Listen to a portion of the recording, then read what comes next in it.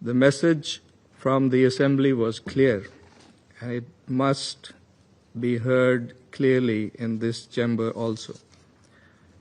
Mr. President, for over 2 years, the Council has been seized with the unbearable tragedy unfolding in Gaza and the rest of the Palestinian territory. Yet, with every passing day, the suffering deepens. As our Prime Minister said last week, the plight of the Palestinian people is one of the most heart-wrenching tragedies of our times. More than 66,000 Palestinians have been killed, the vast majority of women and children. Gaza is not only being bombed from the sky, its people are being starved on the ground. Homes, schools, and hospitals have been reduced to rubble. The expansion of military operations in Gaza City is a catastrophe before our eyes, risking the forced displacement of nearly 1 million people who have no safe refuge left. In the West Bank, the picture is equally alarming. Systematic military operations, illegal settlements, and forced displacement are extinguishing the very prospect of a two-state solution. The E1 settlement plan is a direct assault on the two-state framework, threatening to sever East Jerusalem from Palestinian areas and dismantle the contiguity of the West Bank. Such policies are not only unjust, they are unlawful. They violate international law and Security Council resolutions, including Resolution 2334, which declared settlements illegal and demanded an immediate halt. Yet, instead of compliance, we see defiance and acceleration of the settlement activity, as also we heard in the briefing this morning. If the Council cannot enforce its own decisions, its credibility will be in jeopardy. Mr. President, there are nonetheless glimmers of hope. Pakistan welcomes the two-state solution conference, co-chaired by France and Saudi Arabia, and the recent recognitions of the State of Palestine by several member states. These are principled steps representing a positive momentum which must be matched by substance. We value the initiative of President Donald Trump working with 8 Arab and OIC countries to advance peace through concrete measures. As a participant in this consultation process, Pakistan will closely engage and play a constructive role in promoting consensus. Our aim is to ensure that these efforts contribute meaningfully to alleviating the suffering of the Palestinian people and to achieving a just, comprehensive, and lasting peace consistent with UN resolutions and international legitimacy, leading to Palestinian statehood. Ensuring full ownership of the Palestinians and the Palestinian Authority will be vital for any process. We therefore call for, first, an immediate, unconditional, and permanent ceasefire to halt the carnage in Gaza. Second, the lifting of the blockade and unimpeded humanitarian access alongside the release of hostages and Palestinian prisoners. Third, a categorical end to forced displacement and settlement activity while upholding the right of return of refugees under international law. A firm no to any designs for annexation either in Gaza or the West Bank. Fourth, practical, time-bound measures to ensure the full implementation of Resolution 2334 and to preserve the viability of the two-state solution. Fifth, the urgent launch of a credible, irreversible political process leading to a sovereign, contiguous, and viable state of Palestine based on the pre-1967 borders with Al-Quds, Al-Sharif as its capital. President, the people of Palestine cannot wait. The cause of peace and the credibility of this Council depends on what we do in this moment. Pakistan will continue to stand with the people of Palestine and to work with Council members and other partners towards a just and lasting peace for all in the region. I thank you. I give the floor to the representative of Russia Federation. Mr. President, we would like to thank the Deputy Special Coordinator of the United Nations for the Middle East Peace Process, Ramiz Alakbarov, for the comprehensive report on the situation in the occupied Palestinian territory in the context of implementation of Security Council Resolution 2334.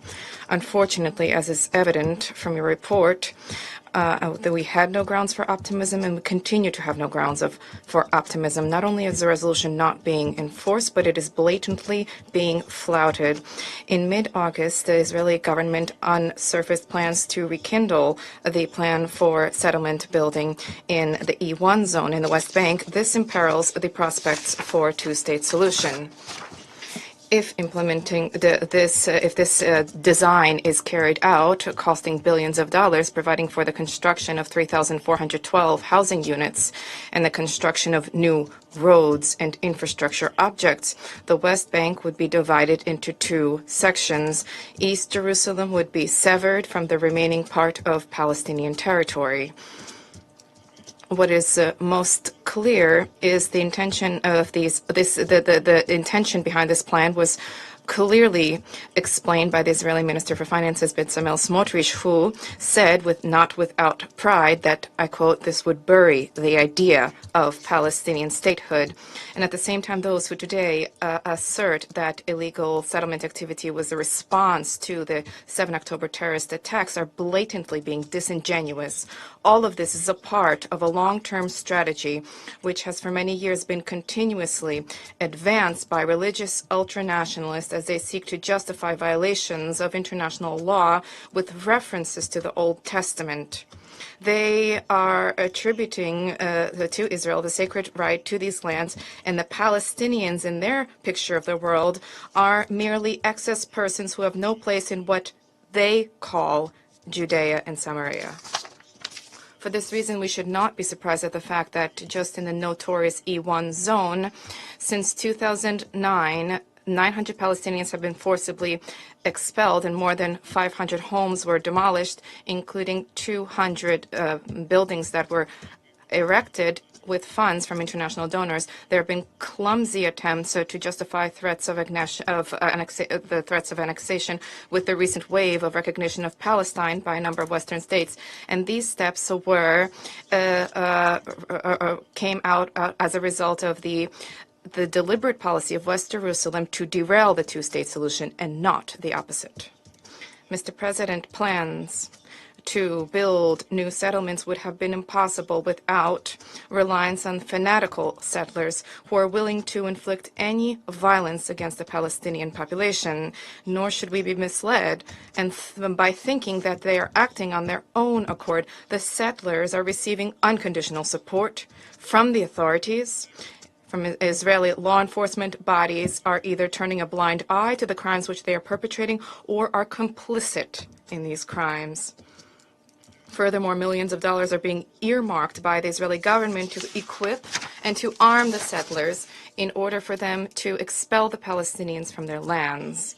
The Russian Federation strongly condemns illegal settlement construction on the OPT, violence by extremist settlers, as well as incitement and inflammatory language. We demand that Israel revert back to strict compliance with Security Council Resolution 2334 and for Israel to issue further plans for annexation of the West Bank. Last week, the international community clearly demonstrated its unstinting commitment to the two-state solution, both at the International High-Level Conference and during statements delivered during the general debate. And the President of the United States, Donald Trump, during a meeting with senior delegates from a number of Arab Muslim states on the sidelines of High-Level Week to discuss Middle East settlement, emphasized that he would not allow Israel to annex the West Bank. And we should like to hope that these words will be followed up by concrete action. Washington's involvement in international efforts to resolve the protracted Palestinian-Israeli conflict on the well-known international legal basis is vitally important in order to reverse the tragedy which is unfolding before our very eyes. For it is indeed the unconditional U.S. support which has up until now allowed Israel to maintain a carte blanche without being held accountable in any way. As historical experience has shown, West Jerusalem only embraced peace agreements when a strong and principled leader held office in the White House, a leader willing to take bold decisions for the sake of achievement of peace. We hope that the present U.S. delegation will indeed undertake the necessary efforts and will halt Israel's illegal acts. Mr. President, the position of the Russian Federation on Palestinian-Israeli settlement is principled in nature, and it is not determined by short-sighted political agitation. We consistently advocate the immediate, unconditional, comprehensive ceasefire, the release of hostages and forcibly detained persons, provision for the security for safe and unimpeded humanitarian access in accordance with well-known guiding principles, the relaunch of the peace process on the well-known, universally recognized international legal basis with the core two-state formula, which provides for the protection of the basic rights of the Palestinian people to self-determination and return, and upholds their just aspiration to their own independent and viable state within the 1967 borders, with a capital in East Jerusalem, coexisting in peace and security with Israel. The Palestinians deserve to have their own state, no less than the Israelis deserve to have theirs. Respect for their rights is the only possible choice for any conscientious member of the international community. Disregard of this is directly harmful to Israel itself. Israel, which is interested in reliably providing for its own security, achievement of this objective at the expense of the interests of the Palestinians and Israel's Arab neighbors will fail. And the sooner West Jerusalem recognizes this, the better. Thank you. Now I give the floor to the representative of Algeria.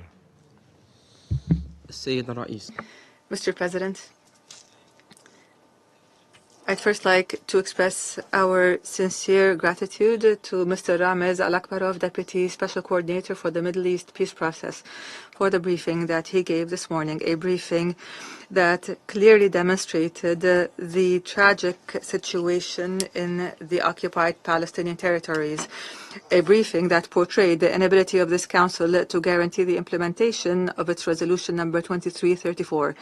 It exposes the state of paralysis that befalls the Security Council whenever the matter comes to imposing the implementation of its resolutions on the question of Palestine, to a point that risks it losing what remains of its credibility. Mr. President, in Gaza, the Palestinian wound deepens, and with it, pain and suffering deepens. That pain and suffering caused by a brutal occupation that left no method in the playbook of tyrants without imposing them on the Palestinian people, until death has become a wish and not a fear. People are being killed as they see their children and their parents and their loved ones killed, and as they see the killing of what was once a sign of life. Death has become the companion of the living. Palestinians are living an endless death, but it is a death without dying. The horrific numbers on the suffering of the people of Gaza fill our reports, and those who deny them or question them are only complicit to this crime. We can say that the occupation has turned Gaza into the worst place a person can live, the worst place where children, women, the elderly, and the young can live, the worst place where journalists, doctors, and humanitarian workers can work. Gaza today, and as a result of the Israeli machine of death and destruction, is the worst place to be born on this earth. And despite this, the people of Gaza remain loyal to their land. They remain attached to their soil. They confront oppression with determination, because this is Gaza, a city that is unlike others. It is a land that speaks a language that will never be understood by the occupier. As for this Council, which has been tasked with the maintenance of international peace and security, this Council meets over and over again to discuss the situation in the occupied Palestinian territories without ever being able to take a firm decision and to come out with a shame that is multiplied, the shame of its inability to put an end to the genocide, the shame of its inability to impose a ceasefire, the shame of its inability to ensure the entry of humanitarian aid, the shame of its inability to enforce respect for international law. So, for how long or when will this Council shoulder its responsibilities and rise to the level of the trust that has been placed upon it? When will this Council respond to the voices of billions that fill the streets calling for an end to the tragedy of Gaza? Mr. President, because the West Bank and Gaza are both in the same Palestinian body, the West Bank is being punished because it reminds people of those who own the rights, those who own the land. They are forced to drink from the same bitter chalice of the occupation as it seeks to achieve its greater scheme, which is to bury the Palestinian national project. The annexation, the rate of annexation in the West Bank has reached unprecedented numbers, and settlement activity is ravaging the West Bank. It is dismembering it and isolating Jerusalem from its natural Palestinian surroundings. The terrorist of the settlers, which enjoys their protection and cover of the occupation forces, has reached dangerous levels. The Holy Al-Aqsa Mosque is being desecrated by the settlers every now and then. And the occupation officials boast every day that there will never be a Palestinian state, as they breathlessly chase the mirage of a greater Israel in a blatant violation of international law and the resolutions adopted by this Council. How much longer? How much longer will the actions of the occupation on the ground be met with statements? How much longer will its violations be ignored? How much longer will international law become empty words when we speak of the Israeli occupier, or have some grown used to this miserable reality? We have a duty, not a work of charity, especially here, this Council, to move, to enable Palestinians to exercise their natural and legal right in their land, to establish their state. We must do this before we have no people left to establish the state of Palestine because of extermination and forced displacement. We must do this before no land remains upon which to establish Palestine because of annexation and settlement. Mr. President, the movement that the question of Palestine has witnessed recently, with the recognition of the state and the initiatives calling for a just and lasting peace, will always be incomplete as long as they do not move from words to action, and as long as they don't move from asking to enforcing, and from persuasion to punishment. Algeria